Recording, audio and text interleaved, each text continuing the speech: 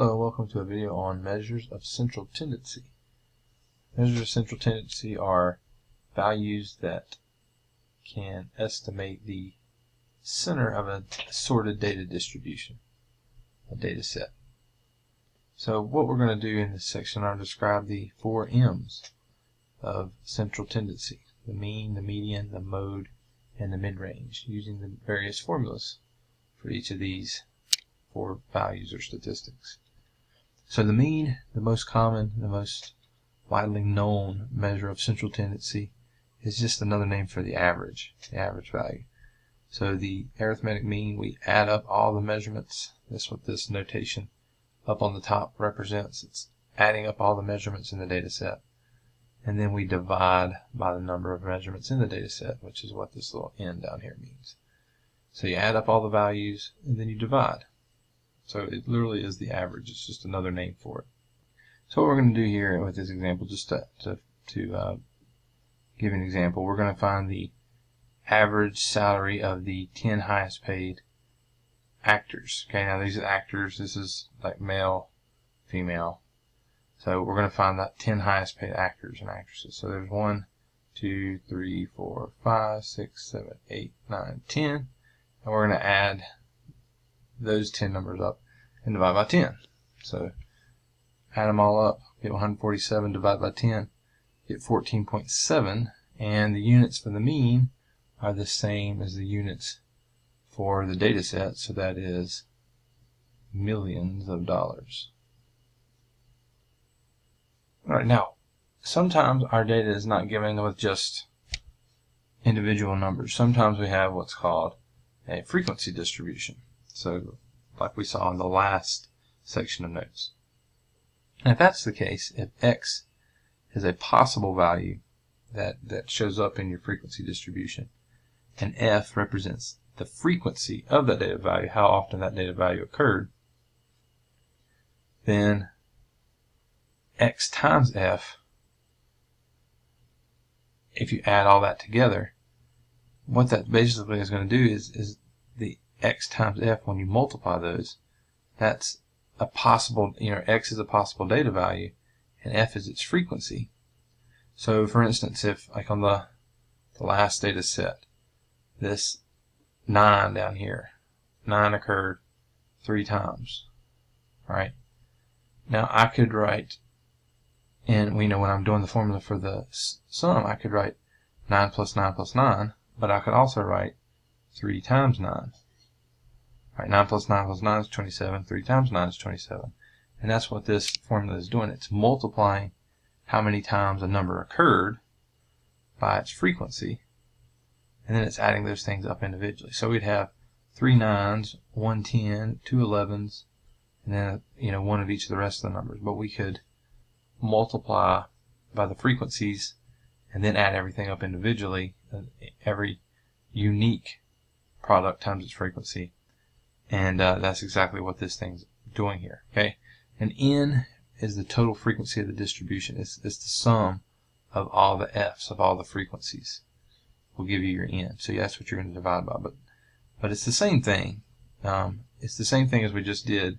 It's just shrinking the table down. And when numbers repeat, instead of writing them individually like this, we would have that 9 occurred 3 times and do it that way.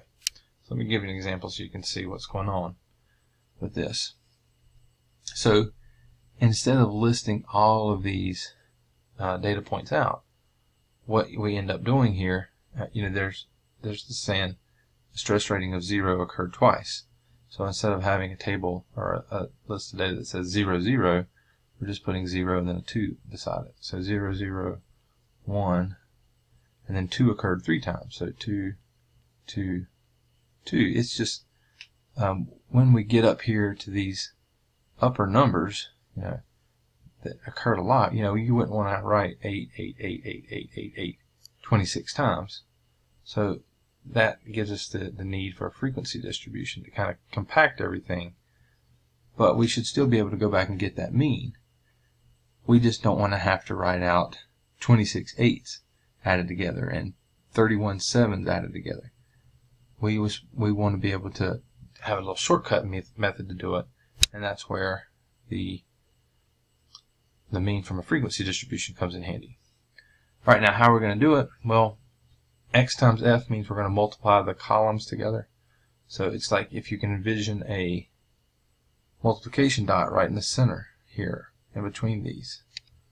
And then that'll be what gets added together. So 0 times 2 is 0. 1 times 1 is 1. 2 times 3 is 6. 3 times 12 is 36. Right? And on and on and on all the way down. And then we add all these things. Plus, plus, plus, plus.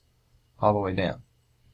So that's how it works. We multiply the x column times the f column, and then we add all of the numbers together in this sum column. They all get added together. So finally, adding all those numbers, if we multiply them together, we get 975, and then the n will always be the sum of the frequency column. Right? If you add all of those numbers down there, you can also write this formula as the sum of x times f, and then instead of n, you could also put the sum of f. That's the same thing as n, and then you have it kind of written in a sum formula. But we end up with about 6.466 6.5. And if you go back and look at the original frequency distribution and keep 6.5 in mind, 6.5 would be about right here. And what we're saying is that all these bigger numbers up at the top are kind of offsetting all these little smaller numbers down below. That if we tried to balance this, if we tried to balance the distribution, like if you made a histogram with this, for instance, that 6.5, 6.46 is about where this thing would balance, is basically what it's saying. But it's also the average. It's the average stress rating in this data set. It's literally the average. It's just, instead of adding up 151 different numbers, we multiplied and added 11 different products. 0 all the way up to 10. That's 11 different products. X times F's over here in this right-hand column. We added up 11 of those products together. So that's the mean of a frequency distribution. And in a video, a separate video, I'll show you how to do that with Excel. There's a lot of nice shortcuts for means and the mode and the mid-range, all that stuff in Excel. All right, another measure of central tendency, the next M, is the median. And the median is the data item that's in the middle of the sorted data set. So if you go from your lowest to highest in your data set, and your minimum and your maximum, and then you have every other data item listed out there together, the median is the one that's right in the middle, that gives you the same number of data values below as you do above. Okay, so that's the idea of the median. It's the number in the middle, and then if there's an odd number of data sets, it's the number in the middle. If there's an even number of data sets or data points, then you have to average the two middle numbers. So you always sort your data. That's important, is you got to order it from smallest to largest, and then you determine if it's odd, it's the number in the middle. If it's even, it's the average of the two numbers in the middle. So let's do one real quick and find the median. So here I got 84, 90, 98, 95, 88. So it's a little bit out of order. So what do I need to do? I need to switch the order. So the 84 and the 88, then the 90, then the 95, and finally the 98. So this is the order that we have. And because it's odd, there's going to be one number directly in the middle. So the number in the middle is 90. There's two below and two above. Okay, now you may ask, well, how do you know which number it is? I mean, this is 5, so it's easy to see, but what if there were, 197? Well, what you do is you take however many data points there are, you add 1 to that, right? So 5 plus 1, and then you divide that by 2. 5 plus 1 is 6. 6 divided by 2 is 3, and that tells you which data point it is. So the 1, 2, 3, the third data point, is 90. Right, in the sorted, once you got it sorted from smallest to largest. And then once you got it sorted, just count over 1, 2, 3. So there it is. Alright, so that's how you find the median if it's an odd number of data points.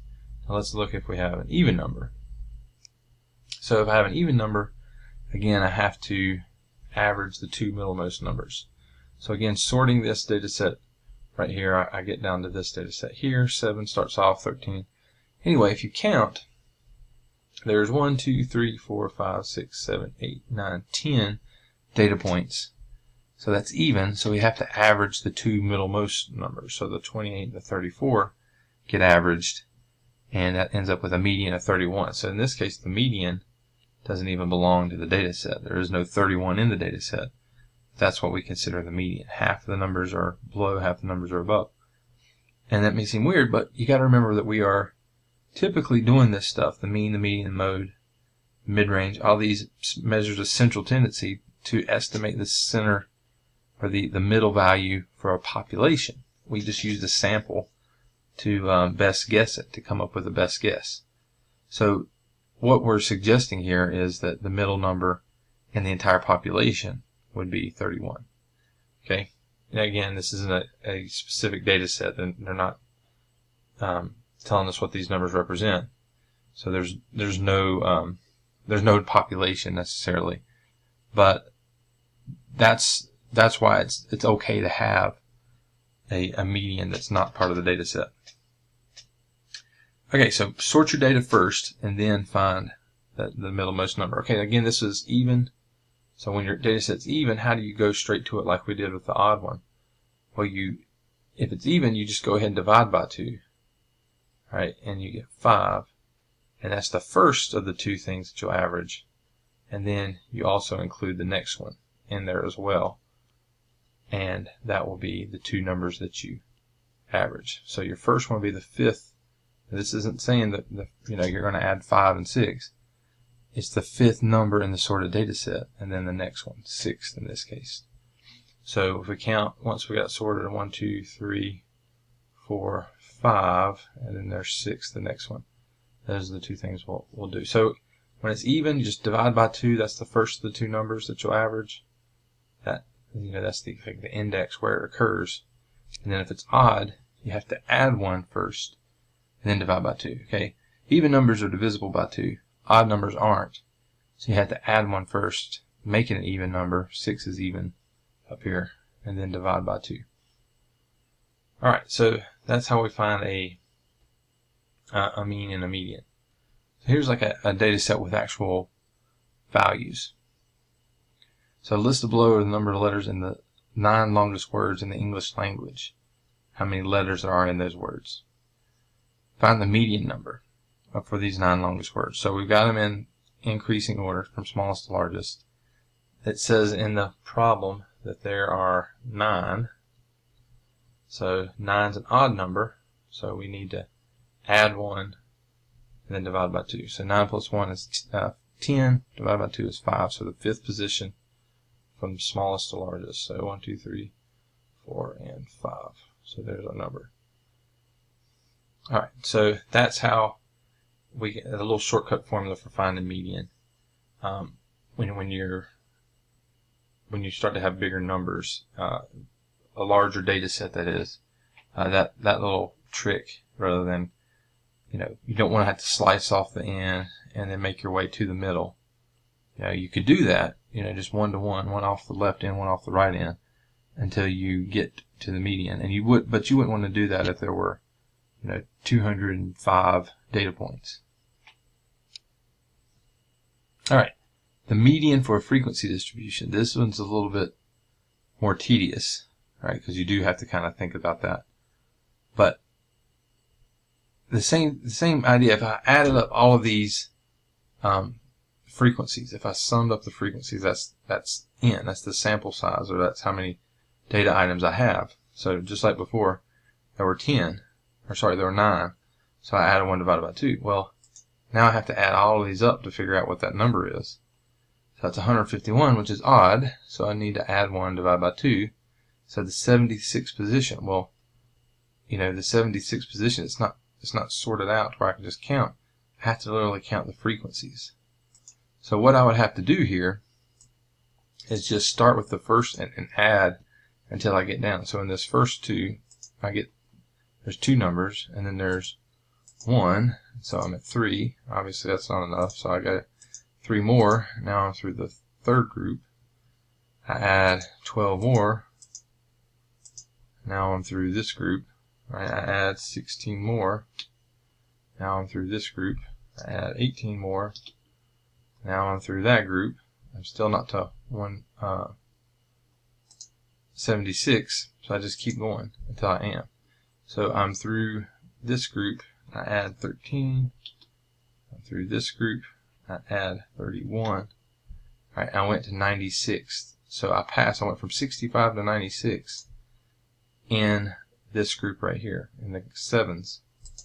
Alright, so that means that the median occurred in this last group. I hadn't gotten there when I got through the 6s, and I had passed it when I got through the 7s. So that means the median occurred in this group right here. That was the group that got me through the 76th position. Okay, so there's what they're doing. Okay, they're doing, and the notes are out of your book. They're literally counting, but notice the right hand numbers here that we came up with when we were just adding.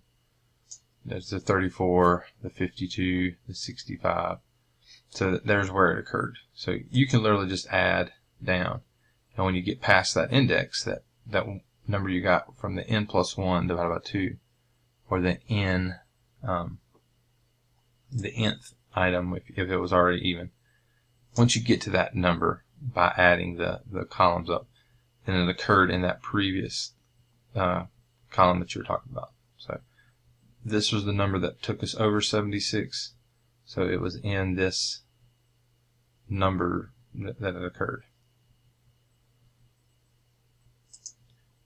Alright, a comparison of the mean and the median actually tells us something. It may seem like it couldn't, but it actually does tell us something.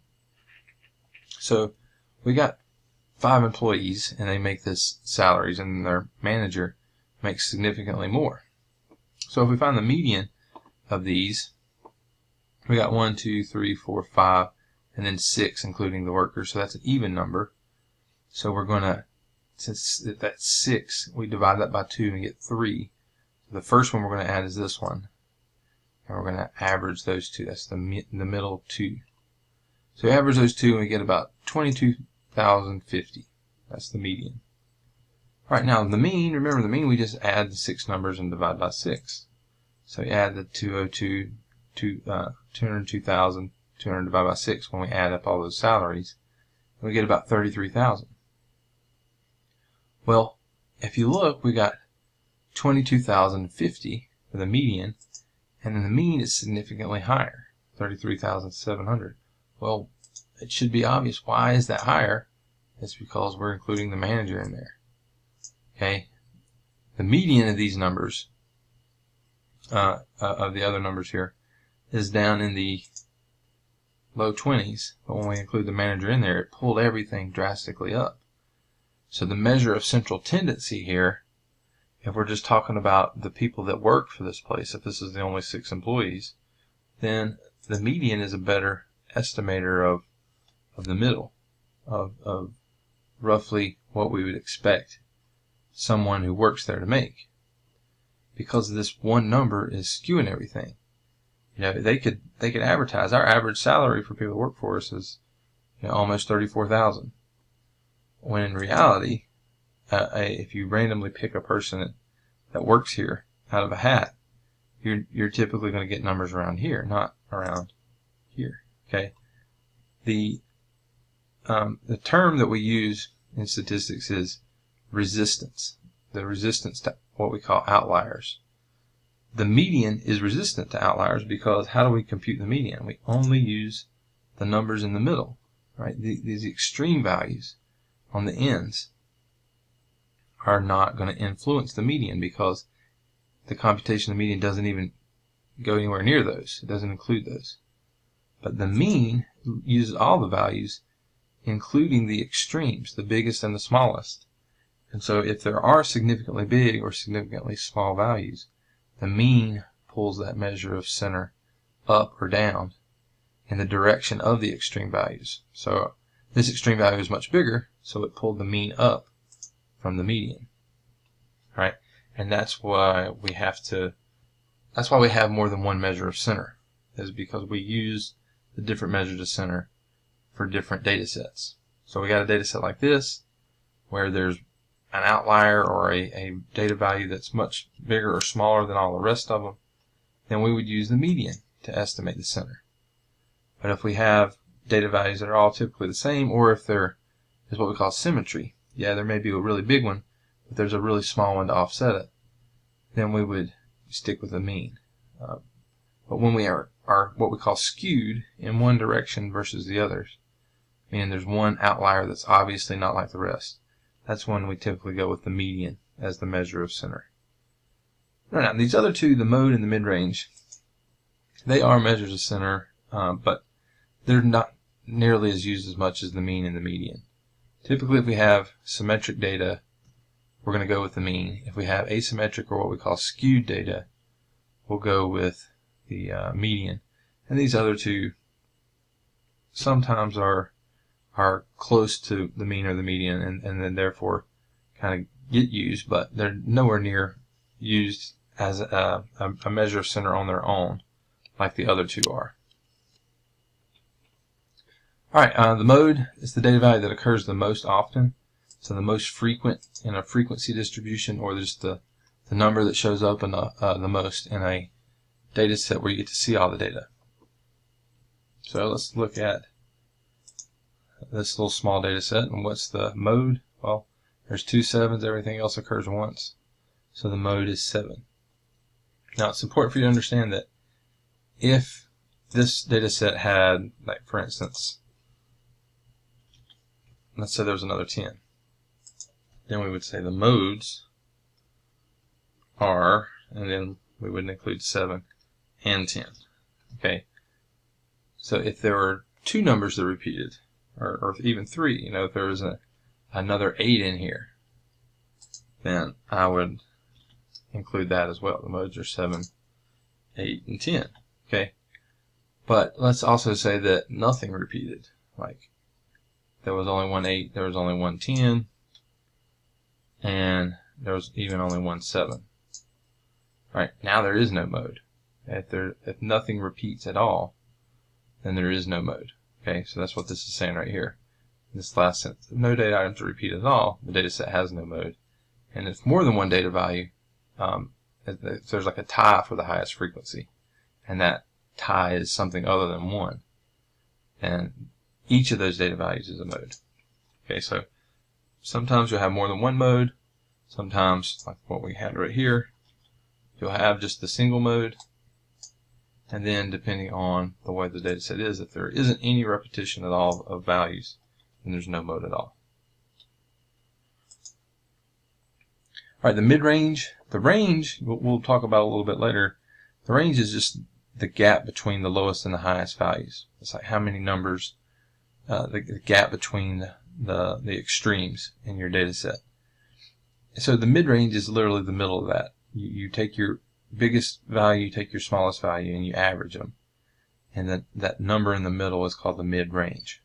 So it's literally the number in the middle of the range of the data. And again, very, very rarely used, but if your data is symmetric, meaning the distance from the middle to the lower number and the distance from the middle to the upper number is roughly the same, then and your data is, the distribution is almost perfectly symmetric, then your mid-range and your mean should also be roughly the same, and your median, depending on the distribution of the data. But again, not nearly used as much as mean and median. Alright, if we wanted to find the mid-range, so we want to take the 5 factors the magazine graded at 165 countries on a scale of 0 to 100. 12 best places to be a woman and 12 worst are shown below. Alright, so we got the lowest score and the highest score. We got a 0 and a 100, looks like. I'm sorry, it's one of the mid-range for the best places, the best countries to be a woman. So it's this column. So it's 100 is the highest, 87 is the lowest. So 187, we divide that by 2, we get 93.6. All right, now there's 1, 2, 3, 4, 5, 6, 7, 8, 9, 10, 11, 12. So the average of the 6th and 7th, 1, 2, 3, 4, 5, 6, would be the median. So the average of these two, which would be roughly 91.6. And you see this is different. So it's not exactly equal to the median. And if I find the average of the mean, I get 92.51 roughly. So a little bit closer, but still they're all right there together, but they're all a little bit different. So they're all different measures of the center of the distribution. So the mid-range, again, just the smallest minus the highest, or the halfway between those two numbers, the average of the smallest and the largest. All right, now in the next video, I'd strongly encourage you to watch it. I'm going to show you how to compute these things with either a scientific calculator or Excel and get to these 4 M's much quicker.